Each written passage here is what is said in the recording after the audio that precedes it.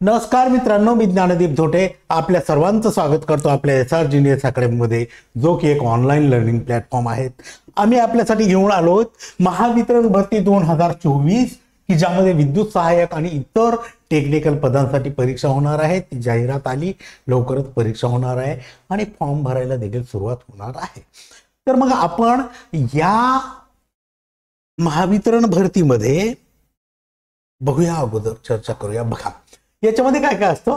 तांत्रिक विषयातील ज्ञान, प्रोफेशनल नॉलेज 50 प्रश्न असतात 110 मार्कासाठी. सामान्य अभियोक्ता जनरल ऍप्टिट्यूड म्हणजे रिझनिंग असतं, त्यामध्ये तर्कशक्ती 40 प्रश्न 20 गुण. क्वांटिटेटिव्ह ऍप्टिट्यूड संख्यात्मक अभियोग्यता 20 प्रश्न 10 गुण आणि मराठी भाषा 20 प्रश्न 10 गुण. असे एकूण प्रश्न असतात 130 आणि गुण असतात त्याला 150. आणि कालावधी असतो म्हणजे वेळ असतो 2 तास म्हणजे 120 मिनिटं. आलं लक्षात तुमच्या. मग आता ही 20, 10, 30 आणि 10 40 मार्क अगदी सोप्या पद्धतीने ट्रिकने शिकून जर आपण कमीत कमी वेळा सोडू शकलो तर या टेक्निकल प्रश्नाला आपल्याला जास्त वेळ देता येईल, हो की नाही. त्याच बेसवर आपण तयारी करणार आहोत की या 1, 2, 3 म्हणजे 40 मार्काला कमीत कमी वेळ लागला पाहिजे. त्यासाठी आपण घेऊन आलो आहोत अंकगणित, तिन्ही विषय, हो ना. तिन्ही विषय, त्यामध्ये टेक्निकल देखील विषय आहे आणि बाकी मग गणित, बुद्धिमत्ता आणि मराठी भाषा. अंकगणिताचा हे पहिलं प्रकरण घेऊन आलो ज्याचं नाव आहे बेरीज. मग तुम्हाला प्रश्न पडला असेल, राव बेरीज काही शिकायची गोष्ट आहे का? तर नाही, असं नाही.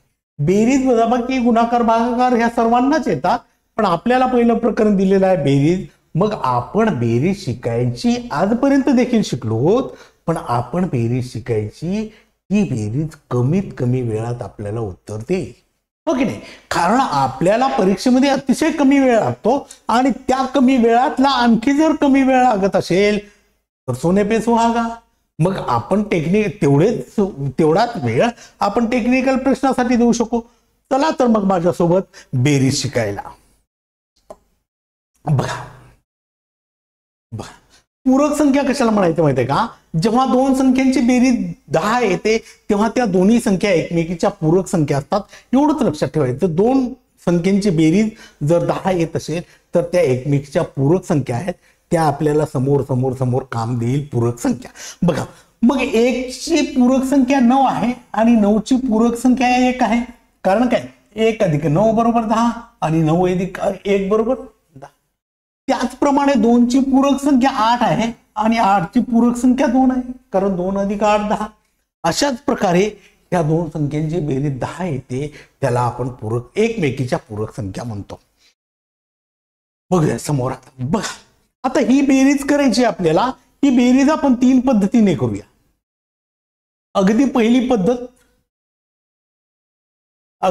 पद्धत म्हणजे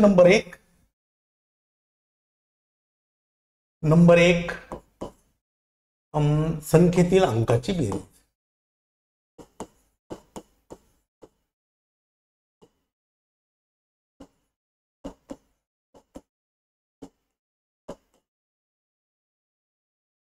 ओके, याच्यामध्ये तुम्हाला बेरीज वजाबाकी करायची काही गरज नाही, फक्त डोळ्यानं पाहायचं, कट करायचं आणि उरलेलं लिहायचं, यापेक्षा अधिक काही. बघा, आता अंकाची बेरीज करताना काय म्हणतो आपण? अंकाची बेरीज म्हणजे डिजिट सम. मग एखाद्या संख्येचा डिजिट सम काय असतो? समजा मी एक संख्या घेतली 4, 5, 7, 3, 0, 2. ओके नाही, ही संख्या घेतली तर मग संख्येतील अंकाची बेरीज करायची. +3 + 2 बरोबर किती? 7 आणि 5 12 आणि 5 17, 17 आणि 4 21. हो ना, पहा ना एकदा. 5 आणि 7 12 आणि 4 16, 16 आणि 5 21. मग 21 2 + 1 = 3. म्हणजे या सर्व संख्यांची बेरीज, अंकाची बेरीज किती आहे? 3. म्हणजेच काय होईल? 4,57,302 या संख्येचा डिजिट सम किती आला? 3. अशाच प्रकारे आपल्याला प्रत्येक संख्येचा डिजिट सम करायचा आहे, त्याची बेरीज करायची आणि उत्तर करायचं. एवढा लक्षात तुमचं डिजिट सम कसं करायचं. बघा, आता त्याही समोरचा नियम काय म्हणतो माहिती आहे का? जिथे जिथे 9 आला किंवा दोन संख्यांची बेरीज जर 9 किंवा 9च्या पटीत येत असेल तर ती कॅन्सल करा म्हणजे त्याला शून्य समजा. 9 ला शून्य समजू, हो की नाही. दोन संख्यांची बेरीज 9 आली तर त्याला देखील आपण शून्य समजणार आहोत. एवढा लक्षात तुमच्या. आता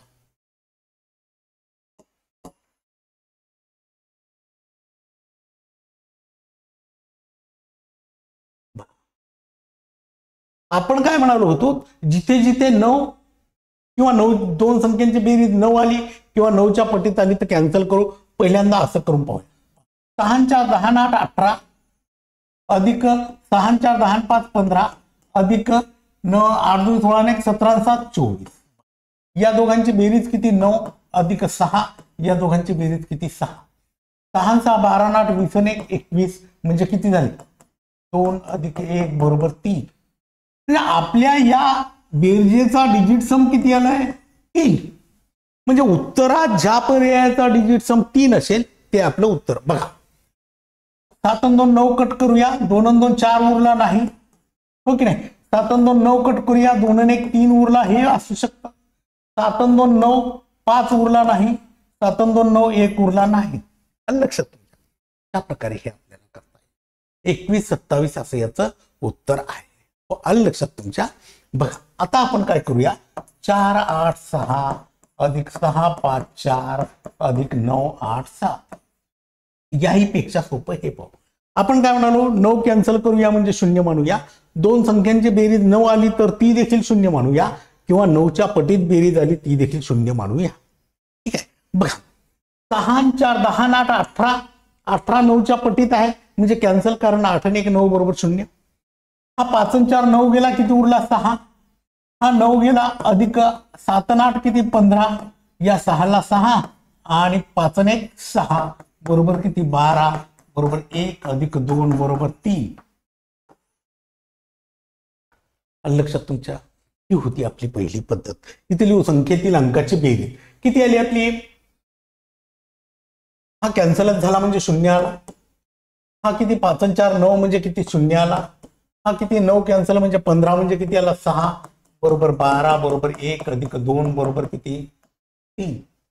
म्हणजे पर्याय क्रमांक 2चं उत्तर आलं. एवढं लक्षात तुमच्या.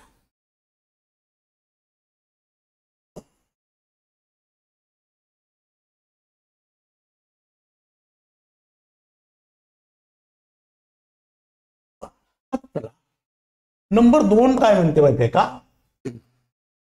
नंबर 2 म्हणते एकक स्थानचा अंक. दुसरी पद्धत, केवळ एकक स्थानचा अंक घ्यायचा आहे आपल्याला, हो की नाही. कारण उत्तरामध्ये एकक स्थानचे अंक वेगवेगळे आहेत म्हणून ही पद्धत जमतं. बघा एकक स्थानी काय येते? 6 4 आणि 7. 6 अधिक 4 अधिक 7 बरोबर किती? 17. आता 17 या संख्येमध्ये बेरीज नाही करायची, याचा एकक स्थान घ्यायचा. किती आहे?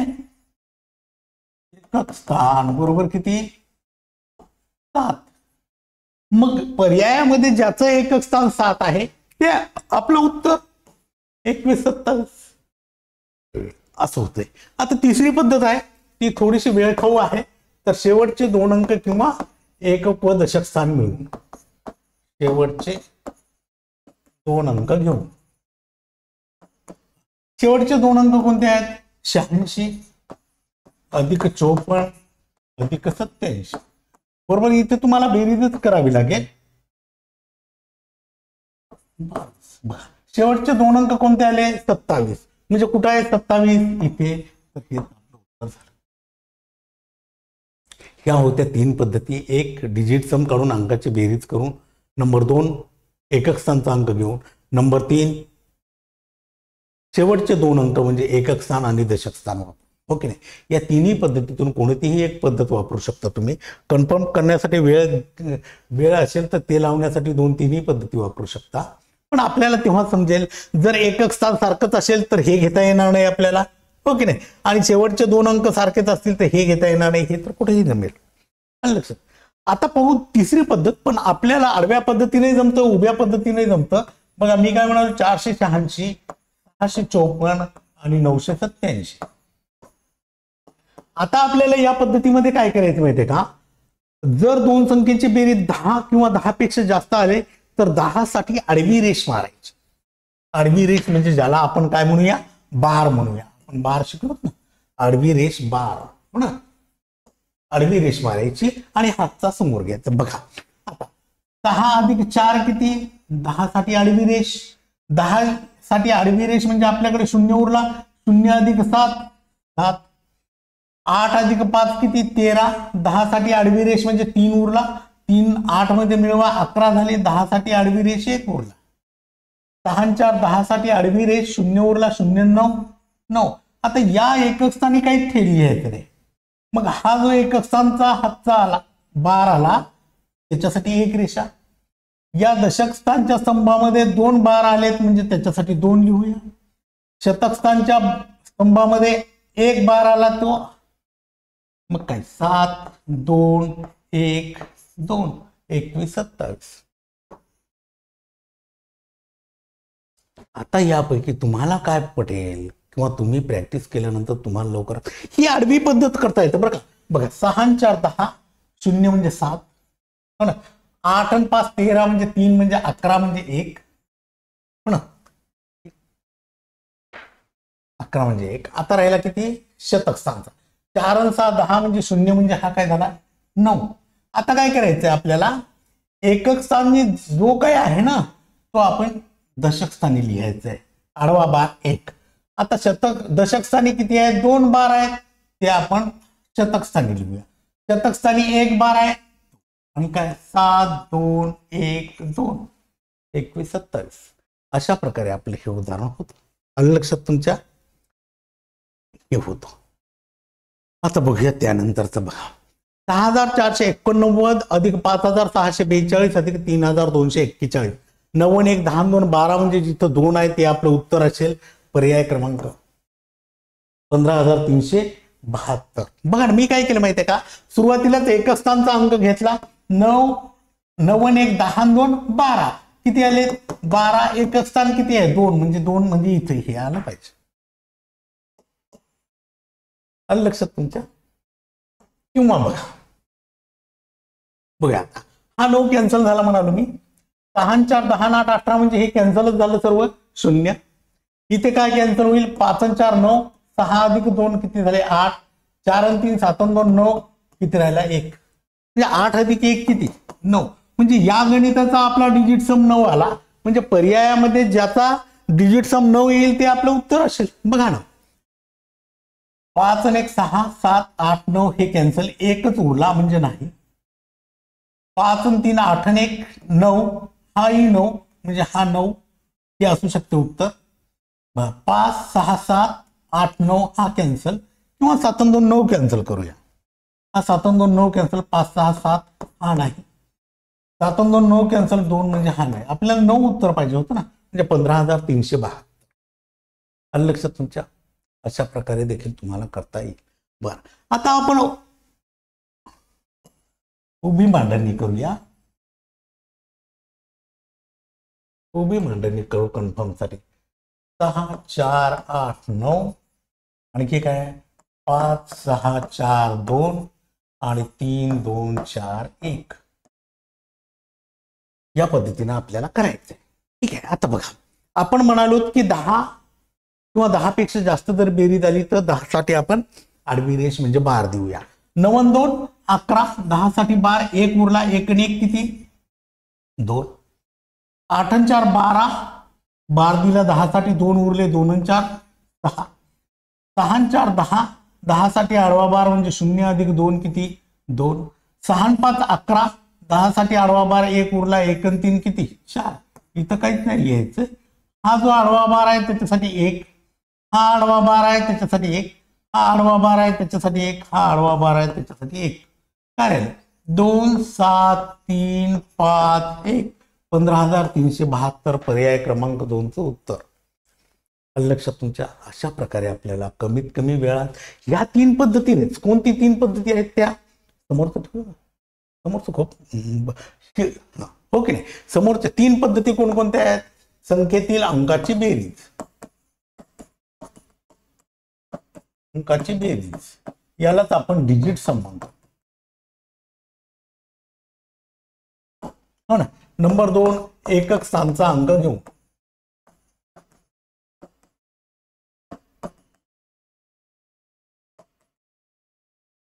आणि नंबर 3 एकक व दशक स्थानाचा अंक घेऊ.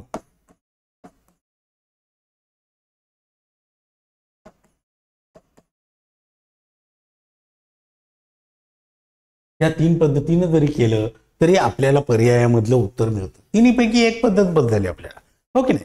आता आपण त्याच पद्धतीने, पण हे सर्व जर आपल्याला ही पद्धत कधी अवलंबायची, ज्या वेळेस आपल्याला पर्याय दिलं नसेल त्यावेळेस ही पद्धत अवलंबा, किंवा याही पद्धतीने तुम्ही प्रॅक्टिस करू शकता. खूप इथल्या इथंच जमेल तुम्हाला.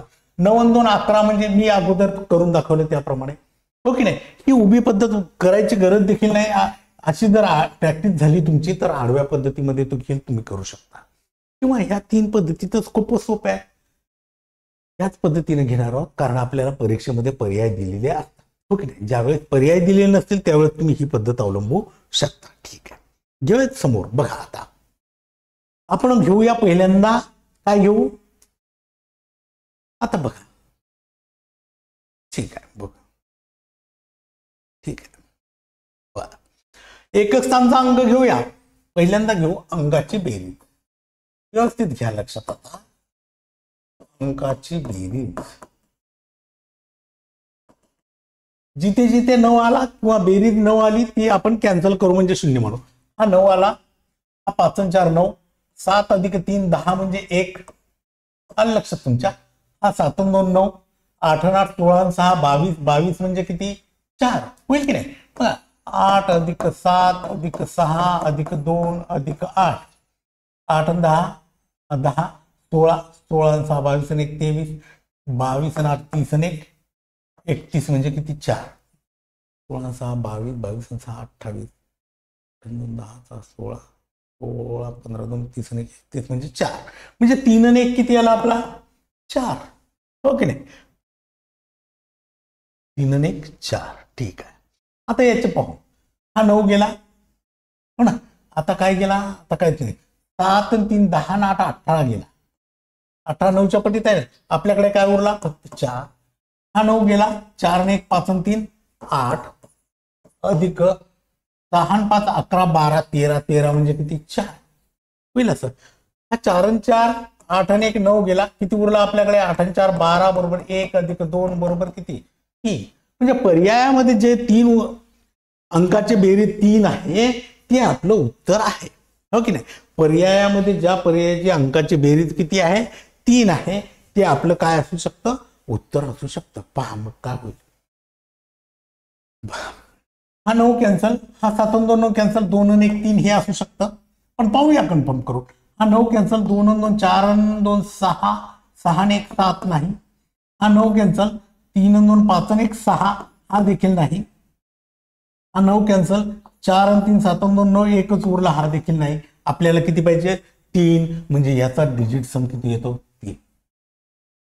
म्हणजे पर्याय क्रमांक किती 1 नंबर 2,12,790 ही त्याची बेरीज येतं.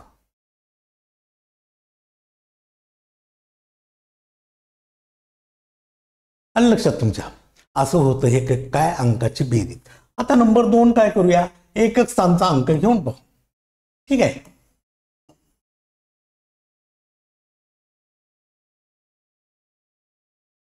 एकक स्थानचा अंक 2 ठिकाणी सारखाच आला, पण पाहूया. एकक स्थान काय 4 अधिक 8 अधिक या ठिकाणी 9 3 6, 9 अधिक 3 अधिक 6. हे एकक स्थानचा अंक घेताना आपण 9 सोडायचा नाही. बरं 6 आणि 3 9, 9 9 18, 18 4 22, 22 आणि 8 किती 30 बरोबर. एकक स्थान काय एकक स्थान किती आलं आपलं 0. हे काय ओके नाही. आणि म्हणून जिथे एकक स्थान 0 आहे ते आपलं उत्तर, तेच आपलं उत्तर आलं होतं, ओके नाही. असं होतं हे गणित. मग 34 28 79 हे देखील शेवटचे 2 अंक घेऊन पाहू शकता तुम्ही, हो ना. शेवटचे 2 अंक घेऊन पाहू शकता. त्यानंतरच बघा हे खूप सोपं आहे. काय करता येईल आपल्याला बघा. शेवटच्या अंकाची बेरीज करू. 2 आणि 1 3, 3 कुठे आहे 2 ठिकाणी आहे, नाही जमणार. हा मग आता काय करूया 4 आणि 3 7 आणि 2 9, हा 9 कॅन्सल, 4 आणि 1 5 आणि 2 7 म्हणजे 0 अधिक 7 बरोबर किती 7. ज्याचं 7 आलं याच 7 आलं, 6 आणि 3 9 गेला 1. इथं 6 आणि 3 9 5 उरले, इथं 5 आणि 4 9 6 उरले, इथं 5 आणि 4 9 1 उरला, हाही नाही, हा नाही, हा नाही, डिजिट सम 7 आला, म्हणजे पर्यायामध्ये देखील आपल्याला 7च उत्तर यायला पाहिजे. त्यानंतर बघा, हा 5 आणि 4 9 गेला, 2 राहिला, हा ना, अधिक 3 आणि 2 5 आणि 1 6 म्हणजे किती 8, डिजिट सम 8 आला पाहिजे आपला. बघा मग काय होईल, हाच येईल, 7 आणि 3 10 आणि 7 17 म्हणजे 7 आणि 1 8, किंवा एकक स्थानचा अंक काय 4 आणि 3 7, 7 कुठंच नाही याच ठिकाणी आहे म्हणून हा होईल.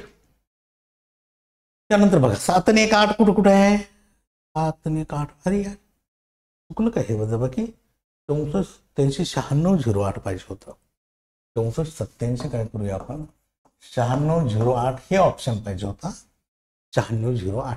बघा एकक स्थान काय आहे 6 7 आणि 1 8 म्हणजे हे, ओके नाही. बघा 6 4 10 8 18 8 कॅन्सल, 7 उरला, 3 आणि 1 4 आणि 2 6 आणि 1 7 बरोबर किती 14 बरोबर 1 अधिक 4 बरोबर किती 5, 5 पर्याय यायला पाहिजे. हा 9 कॅन्सल, 8 आणि 6 14, 14 मध्ये 4 अधिक 1 5, हा कॅन्सल, एकच उरला, 7 आणि 5 12 आणि 8 20 म्हणजे 2 उरले, 9 कॅन्सल, 12 म्हणजे 3 उरले म्हणजे नाही, असं होते. त्यानंतर हे देखील सोपं आहे, किती येईल एकक स्थानी, एकक स्थानी आपल्याला येईल 1, हो की नाही. पण एकक स्थानी 1 खूप आहेत, 3 पर्याय आहेत, म्हणजे 6 आणि 3 9 गेला, 7 उरला फक्त आपल्याकडे, 5 आणि 4 9 हा 5 गेला, किती वेळा 5, 7 आणि 5 12, 12चा डिजिट सम किती आहे 3, म्हणजे ज्याची बेरीज आपल्याला 3 यायला पाहिजे पर्यायामध्ये ते आपलं उत्तर आहे, हो की नाही, ते आपलं काय उत्तर आहे. बघा 6 आणि 3 9 गेला, 2 3 4 आहे म्हणजे नाही, आपला डिजिट सम तर 3 यायला ना, 6 आणि 3 9 गेला, 3 4 5 म्हणजे नाही, 6 आणि 3 9 गेला, 1 2 3 हे आहे, 6 आणि 3 9 हा 2 गेला, हा नाही, पर्याय क्रमांक 3 11361.